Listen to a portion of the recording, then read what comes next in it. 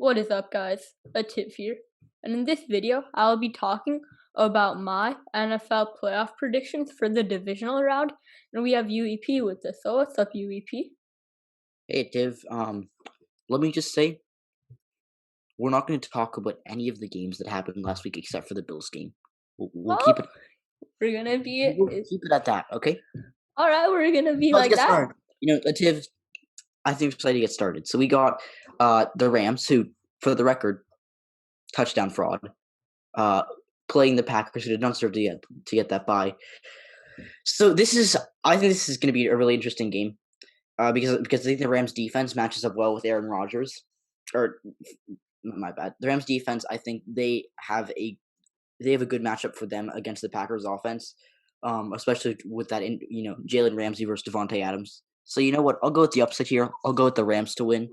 And I don't like either of these teams. I think the Packers are overrated, and I hate them. And I'll say the Rams because they're in my division, and they may or may not have won last week, and it really hurt my feelings. So, but I also think that Jared Goff, I mean, like with the half broken thumb, the way he played, really, last week, he didn't really play that well. But against the Seahawks defense, that like in the past month, since like the end of November, the Seahawks defense have been playing at like 2014 like levels, that's hard to do. And he was able to game manage. He didn't make really any bad throws except for like one wonky throw. It didn't really matter though. So I think he's going to be better by next week. I don't think he's going to be 100%, but I think he's going to be better. And I think the Rams, with that defense, are going to shut down the Packers offense. And that Packers defense hasn't been playing as well as they played last year. So give me the Rams for the upset. Now, honestly, I'm gonna just go the normal route. I'm gonna go with the Packers, who do deserve to have the number one spot in the NFC, except if the Niners were healthy, of course, but still. I mean, Packers, Aaron Rodgers, he's been in this situation before, and sure, he isn't the greatest playoff performer, but I think that he definitely has more experience than almost everyone on that Rams team. But the thing is, his receivers, they don't. Like Devontae Adams, Marquez Vantlis-Scantling, and then Aaron Jones, that's running back. They don't have too much experience in this situation. So we'll see how they face against the pressure. But I think that Devontae Adams versus Jalen Ramsey, that'll be the matchup of the week to watch. But I do think that Devontae Adams will be playing better because of those routes. The thing is, the Rams, as we all know, they're easily the most unpredictable team in the NFL, so I could definitely see them winning this as well. If they play like how they played last week. A defense, like, if that defense plays as well as they did last week, then yeah. Yeah, I mean, they have the best defense that's still in the playoffs right now. In my eyes, their defense is so good. They have amazing pass and run defense.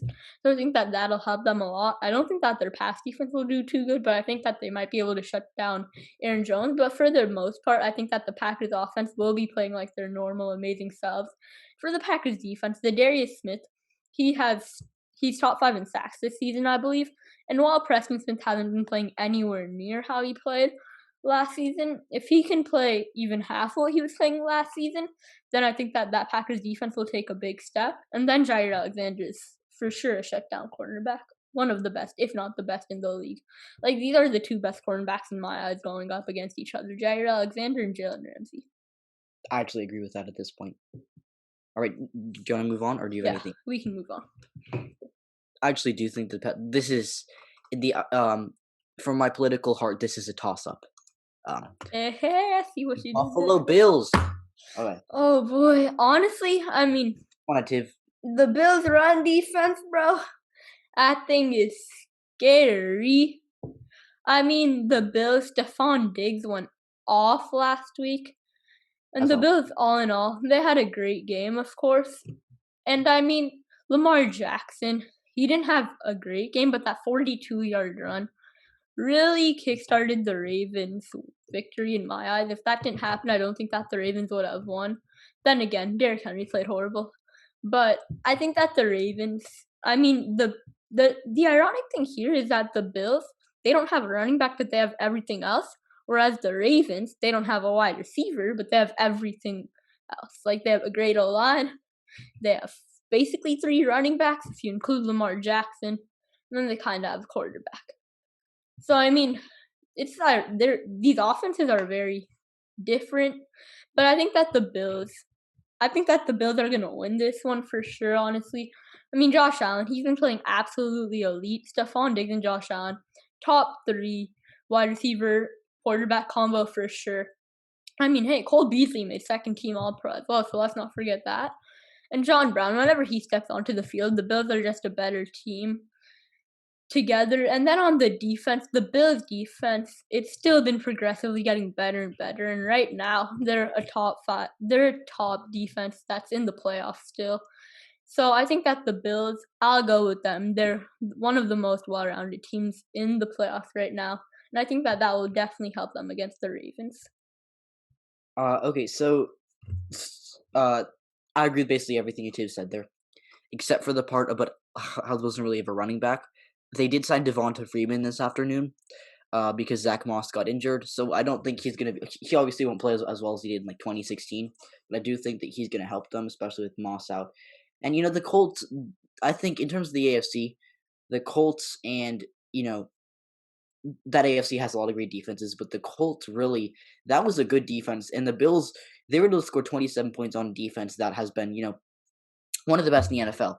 And the Colts are an interesting team in that they're the only team that was top 10 in special teams, top 10 in terms of defense, and top 10 in terms of offense. I don't know how you measure the special teams part, but I read the stat line somewhere, whatever. But I think the Colts are they are a very good 7th seed. Compare that to the Chicago Bears, who weren't necessarily as good as the Colts were. But anyways, going back to this game, I think the Bills were able to shut down Jonathan Taylor for basically the whole game. He had one 40-yard burst, I think, or something like that. No, sorry. He had 2 plays where he went for 49 yards in both. I think one was 25, the other was 24. I'm not sure. Ativ probably knows the stats. He can tell you guys. But for the most part, the Bills shut down Jonathan Taylor, who, and Ativ made a video about this, has one of the brightest futures in the NFL and is also a great player to begin with. So, yeah. Now, I think the Bills match up really well with the Ravens because the Bills are fast. They're not particularly big, but they're really fast, and I think that they're not gonna have a super hard time, catching up to Lamar Jackson. And obviously quarterbacks like Lamar Jackson get tired out, when they run a ton. So I don't think that Lamar Jackson's gonna run all over the Bills. And like Ativ said, the Ravens don't really have that number 1 receiver. I mean, Hollywood Brown had a great catch against Tennessee, but I think that doesn't even compare to the Bills, where they have Stephon Diggs, Cole Beasley, John Brown. Gabriel Davis is another good one. Dawson Knox, when he plays well, can be a formidable tight end. So all in all, I think the Bills are going to win, and I also think the defense has been getting better and better every week. I don't think the Ravens are particularly good, to be honest. I think, a bad matchup for the Bills is a team with, a bruising running game like the Cleveland Browns with Nick Chubb and Kareem Hunt. Yeah, but I think the Bills match up well with the Ravens, and I think they're going to win. I'm also a tiny bit biased because my dad's a Bills fan, and I'm going to be rooting for them.